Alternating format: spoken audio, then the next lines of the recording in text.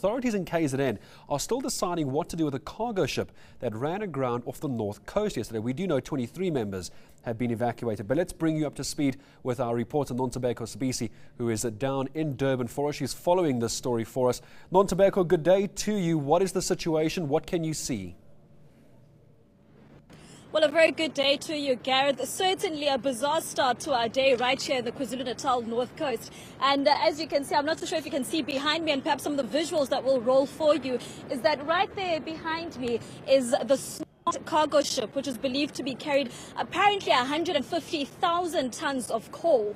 And we will remember that yesterday what has happened when the news broke is that the ship had just finished docking off here at the Richards Bay Harbour, which is literally less than a kilometre away than where it is stuck right now on the sandbank. But what we're told had happened is that the ship was making its way out. A speculation right now is where exactly it was going to. We're trying to get further details from SAMSA to explain to us where exactly the ship is coming from and where it was headed to. But just to give you a bit of background there, Gareth, the ship was coming out, the smart ship, the cargo ship was coming out from there, and there were rough conditions, sea conditions yesterday. They were recording swells up to 10 meters high. So when the ship was coming out, the turbulence and the sea conditions made it unbearable and pushed it towards a sandbank, which is where you see it now.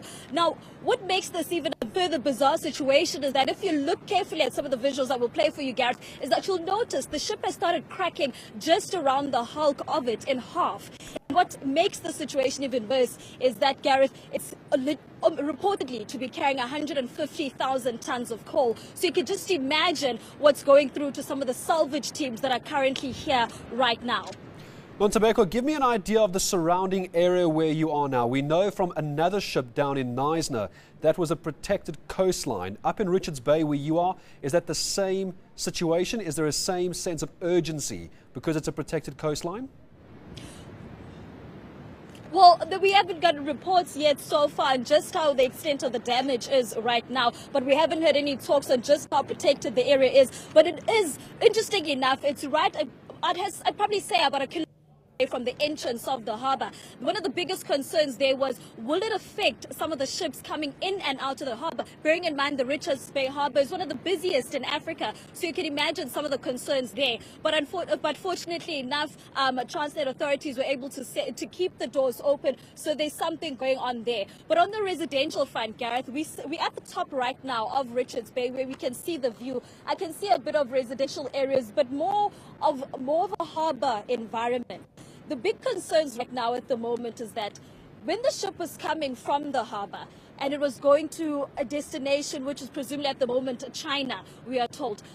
The thing is that chances are it was filled up with fuel. So the big concern is now, if the ship has already started breaking like that, what if the oil starts spilling out and worse, even coal? So a lot of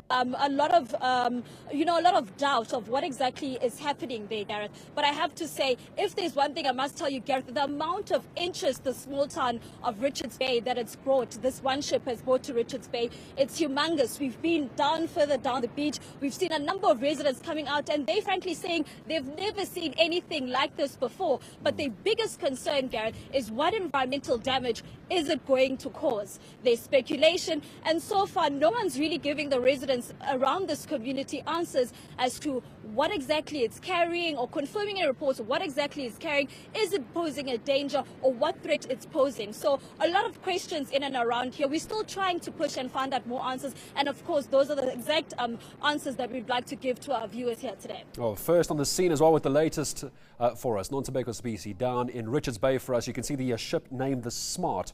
It has broken up just behind our reporter near Richards Bay. It's hit a sandbank. We'll bring you more on that story, as will our reporter, as soon as we can. News that moves. eNCA.com.